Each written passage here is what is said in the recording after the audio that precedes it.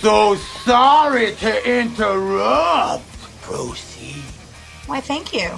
You're listening to After the Bell with Marlena. Let's get weird. If there's any haters in here right now that don't have nobody to hate on, feel free to hate on me. Sit back there and say my hair ain't luxurious when you know it is, bitch. Oh, Jesus Christ. Here we go again. It's our favorite day of the week, or at least my favorite day of the week, and I'm excited as a motherfucker to be here.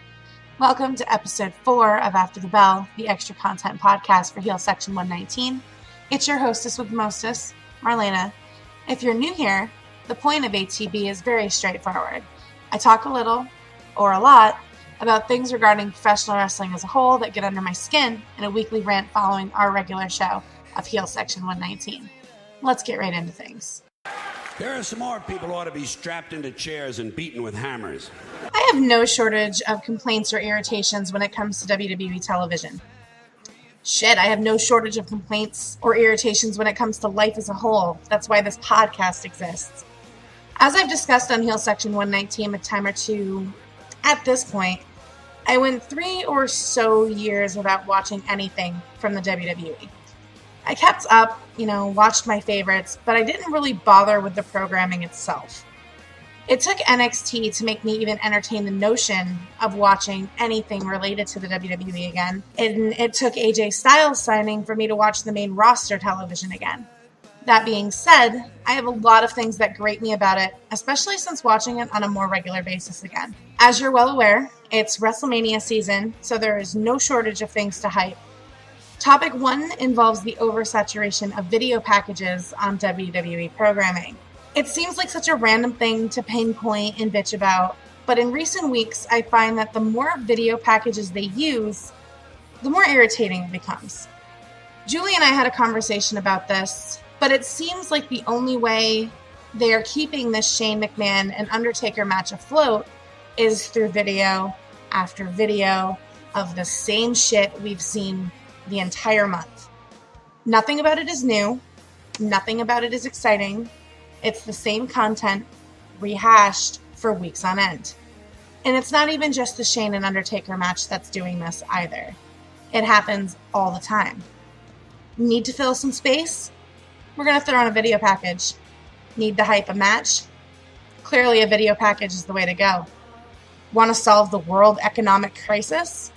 Let's do a fucking video package about it. All jokes aside, this makes the product look incredibly weak when you're relying so heavily on just video after video after video of the same hot garbage that you see show in and show out. I know the producers can do better than this. Believe it or not, I do have some faith in them. Stop with the video packages unless it actually adds to the progress of a storyline. Otherwise, it just looks like you can't book the allotted time that you have. And that's really fucking sad. What the fuck is going on here? So, topic 2 is a little bit of a mix of a bitch fest. Over the past few years, something that's become a big problem in WWE is how much the talent is constantly injured. Big issues, little issues, nagging injuries that don't get addressed in time.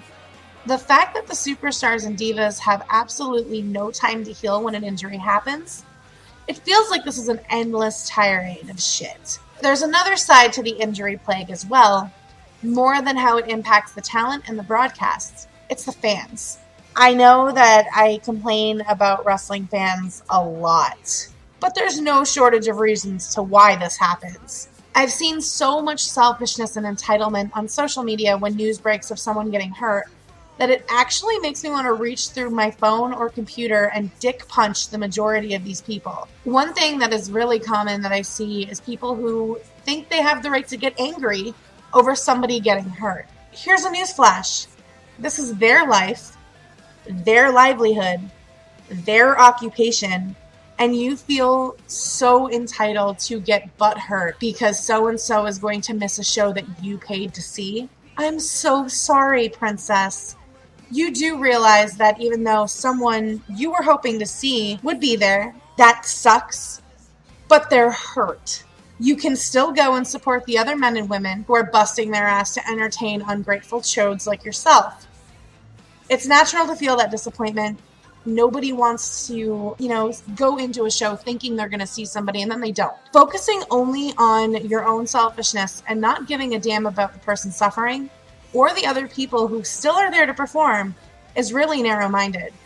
This sort of mentality drives me fucking insane. One thing I will add to this, though, is it's a terrible thing to see all of these hardworking men and women be in a position where they're constantly getting hurt, sometimes really badly, and they never have the proper amount of time to heal. The WWE, while the promotion to be in if you want that top dollar and exposure, does no favors for the human body. The demand is entirely too high. It is too much. Perhaps the WWE goes through talent like water because of these strains. They could stand to give talent a few more days off a year, but who am I to say shit? Whatever. Pineapples. I don't want to do. Pineapples! I want to go home. I want to go home! The third topic this week almost feels controversial to me, but that's probably because of what I want to talk about. I've been a wrestling fan, a fan of the WWE, for a very long time, since I could sit up to watch television on my own. I started watching the programming with my grandfather that I actually remember when I was 4 years old, and obviously that bug never left. It was a bonding mechanism with my parents, and I distinctively remember being 6 years old and going to pay-per-view parties with my parents and supporting the Heart Foundation. So I've been a fan for nearly 3 decades. I've watched the company go from its peak to the pits and rebound.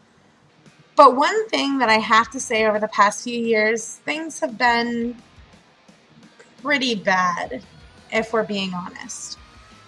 Why is that? Okay, I'll say it. Vince McMahon. Now, don't get it twisted. I admire Vince. I really do. I think he's probably one of the wisest minds to stick his grimy little fingers into a wrestling promotion. It's in his blood. It's what he does. It's his entire lifestyle. The one thing I have to say, though, is when is enough enough?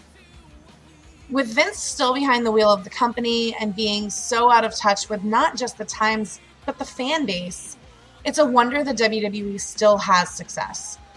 There's an old saying of needing to know when to hold them, know when to fold them. I'm not going to give you a country song rendition right now, but part of me feels like Vince just doesn't have that kind of capacity inside of him. Not anymore, anyway. I'll tell you what I actually do think, though, about Vince McMahon, and I find that Vince is an incredible example of what work ethic and never being satisfied, always wanting to push what it can accomplish.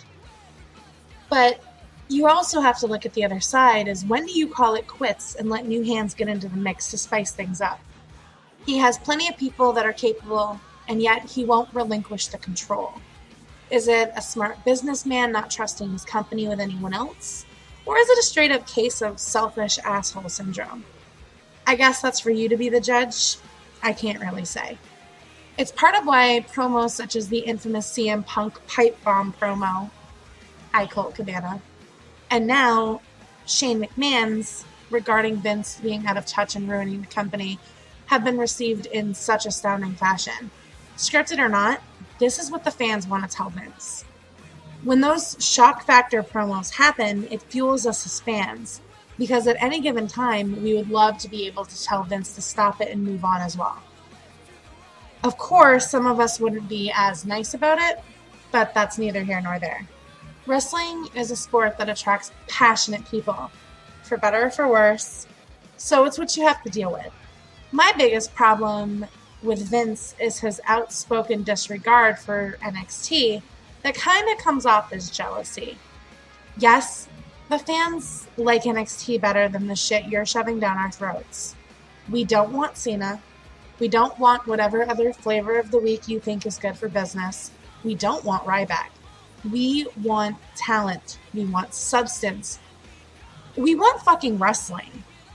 Triple H is better equipped for the business side of things because he knows both sides, and he knows both sides exceptionally well.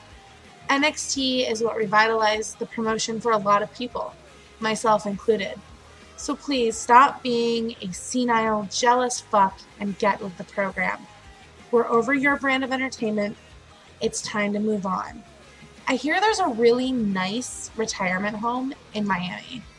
There's only one thing that makes her this happy. You're going back to Shady Pines? This week was a bit more chill because I've been swamped with wrestling all week. Figured it was a good enough week as any to play it down and touch base on some pretty simple topics. This past week, I attended an NXT live event in Largo, Florida, so check out the stories from that and a whole lot more over on the Heel Section 119 Spreaker page. The link is in this episode description, as it always is.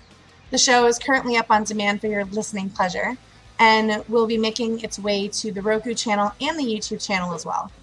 You can head over to the Heel Section 119 Facebook page and get interactive with the mouthpieces of HS 119.